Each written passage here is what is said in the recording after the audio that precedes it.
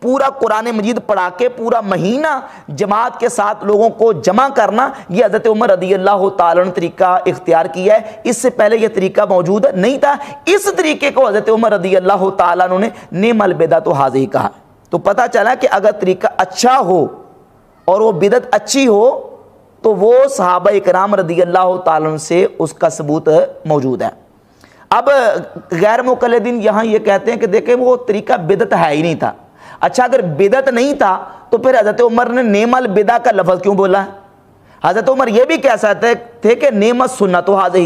حضرت عمر نے نعم البدعۃ ھذہ کہہ کے اس بات کو واضح کر دیا کہ یہ طریقہ نیا ہے، لیکن طریقہ کیا ہے؟ اچھا ہے، یہ برا طریقہ نہیں ہے۔ اچھا اب جب یہ بات ثابت ہو گئی کہ حضرت عمر رضی اللہ تعالیٰ عنہ نے اس پر مواظبت کی، پھر خلفائے راشدین نے اس پر مواظبت کی، ہم جو کہتے ہیں کہ یہ سنت موقدہ ہے، تو سنت موقدہ ہم کیوں کہتے ہیں؟ یہ یاد رکھیں کہ سنت کی 3 قسمیں ہیں، سنت قولی، سنت فعلی اور سنت تقریری۔ نبی پاک صلی اللہ علیہ وسلم کا ایک اپنا عمل ہے، حضور علیہ الصلوۃ والسلام نے کیا۔ ایک وہ عمل ہے کہ نبی کریم علیہ الصلوۃ والسلام کے سامنے کیا گیا، حضور علیہ الصلوۃ والسلام نے خاموشی اختیار کی۔ جو حضور کا اپنا عمل ہے اس کو سنت فعلیہ کہتے ہیں۔ جو حضور علیہ السلام کے سامنے کیا گیا، حضور نے خاموشی اختیار کی، اس کو سنت تقریری کہتے ہیں۔ اور جو نبی پاک علیہ الصلوۃ والسلام کے سامنے کام کیا گیا، حضور نے کرنے کا حکم دیا، اس کو سنت قولیہ کہتے ہیں۔ یہ سر سنن ابی داؤد کی حدیث میں 506 ہے کہ حضرت معاذ ابن جبل رضی اللہ تعالی عنہ کی کچھ رکعتیں رہتی تھی، نبی کریم علیہ الصلوۃ والسلام کے ساتھ انہوں نے جماعت کے ساتھ نماز ادا کی۔ تو حضور نے جب سلام پھیرا تو حضرت معاذ ابن جبل نے حضور علیہ الصلوۃ والسلام کے سلام پھیرنے کے بعد اپنی رکعتیں باقی ادا کی۔ تو حضور علیہ الصلوۃ والسلام نے حضرت معاذ کے اس عمل کو دیکھ کے فرمایا کہ ان معاذ قد سن لکم فافعلوا ذلک، معاذ نے تمہارے لیے ایک اچھا طریقہ ایجاد کیا ہے، فافعلوا ذلک، تم بھی ایسے کیا کرو۔ اب نبی کریم علیہ الصلوۃ والسلام کا حضرت معاذ کے اس عمل کے بارے میں اپنا حکم ارشاد فرما دینا، قول کر دینا، اس کو کہتے ہیں سنت قولی۔ سنت قولی یعنی یہ عمل نبی کریم علیہ السلام نے خود نہیں کیا کہ رکعتیں حضور کی رہتی ہوں اور حضور علیہ الصلوۃ والسلام نے بعد میں کھڑے ہو کے ان کو ادا کیا، یہ حضور نے خود نہیں کیا، حضرت معاذ ابن جبل نے کیا ہے۔ اور حضور علیہ الصلوۃ والسلام نے ان کے اس عمل پر عمل کرنے کا امت کو حکم کر دیا کہ تم نے بھی ایسے ہی کرنا ہے جس طرح کہ معاذ ابن جبل نے کیا، تو یہ سنت قولی بن گئی۔ اب نبی کریم علیہ الصلوۃ والسلام نے 3 دن جماعت کے ساتھ نماز تراویح ادا کی ہے، اس کے بعد ادا نہیں کی، تو سنت موقدہ کیسے ہوگی؟ سنت موقدہ ایسے ہوئی کہ اس کو خلفائے راشدین نے مسلسل مواظبت کے ساتھ ادا کیا ہے، اور خلفائے راشدین کا طریقہ اور عمل وہ ہے جس کے بارے میں سرکار دو عالم صلی اللہ علیہ وآلہ وسلم کی صحیح احادیث موجود ہیں کہ ان کے طریقے کو لازم پکڑ لو اور ان کی سنت کو لازم پکڑو۔ جس طرح حدیث موجود ہے سنن ابی داؤد کی 4607، جامع ترمذی میں 2676، نبی پاک صلی اللہ علیہ وسلم نے ارشاد فرمایا علیکم بسنتی وسنت الخلفاء الراشدین المہدیین، تم پر میری اور میرے خلفاء راشدین المہدیین کی سنت لازم ہے۔ عدو علیہا بالنواجذ، تم میری سنت کو اور میرے خلفاء راشدین کی سنت کو داڑھوں سے مضبوطی سے پکڑ لو، تمسکو بہا، اور اس کو مضبوطی سے پکڑو، داڑھوں سے مضبوطی سے پکڑو، اس کو چھوڑو مت، تم پر میری اور میرے خلفاء راشدین کی سنت لازم ہے۔ تو اب حضور کے اس فرمان کی وجہ سے، حضور کے قول کی وجہ سے خلفاء راشدین کی سنت جو ہے وہ امت کے لیے سنت موقدہ بن گئی، اور بالخصوص حضرت صدیق اکبر اور فاروق اعظم رضی اللہ تعالی عنہما کے بارے میں نبی پاک علیہ الصلوۃ والسلام کی صحیح حدیث سنن ابن ماجہ میں حدیث کا نمبر 97 ہے، اور المستدرک علی الصحیحین کی جلد 3 صفحہ 290 پر 4510 نمبر حدیث ہے۔ نبی پاک علیہ الصلوۃ والسلام نے ارشاد فرمایا اقتدوا باللذین من بعد ابی بکر و عمر، میرے بعد ابو بکر و عمر کی اقتدا کرو، میرے بعد ابو بکر و عمر کی پیروی کرو۔ نبی پاک علیہ الصلوۃ والسلام کے اس فرمان سے بھی، حضور کے قول سے بھی یہ بات ثابت ہوتی ہے کہ جو عمل حضرت صدیق اکبر نے کیا، حضرت فاروق اعظم نے کیا، وہ عمل امت کے لیے کرنا لازم ہے۔ علیکم بسنتی و سنت الخلفاء راشدین اور اقتدوا باللذین من بعدی، ان دونوں حدیثوں سے حضرت عمر رضی اللہ تعالیٰ عنہ اور خلفائے راشدین رضوان اللہ علیہم اجمعین کا جو طریقہ اور ان پر کسی عمل پر ان کی جو مواظبت اور دوام اور ہمیشگی ہے، اس سے سنت موقدہ کا ثبوت ملتا ہے۔ تو نماز تراویح کو جماعت کے ساتھ ادا کرنا چونکہ خلفائے راشدین کے عمل سے اس مواظبت ثابت ہے، تو اس لیے یہ سنت موقدہ ہے اور امت کے لیے اس کا کرنا ضروری اور لازم ہے۔